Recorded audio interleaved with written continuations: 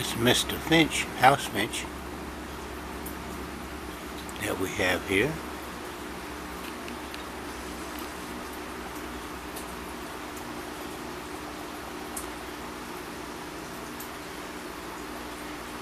He's been dropping in my yard quite often now, the last week or so.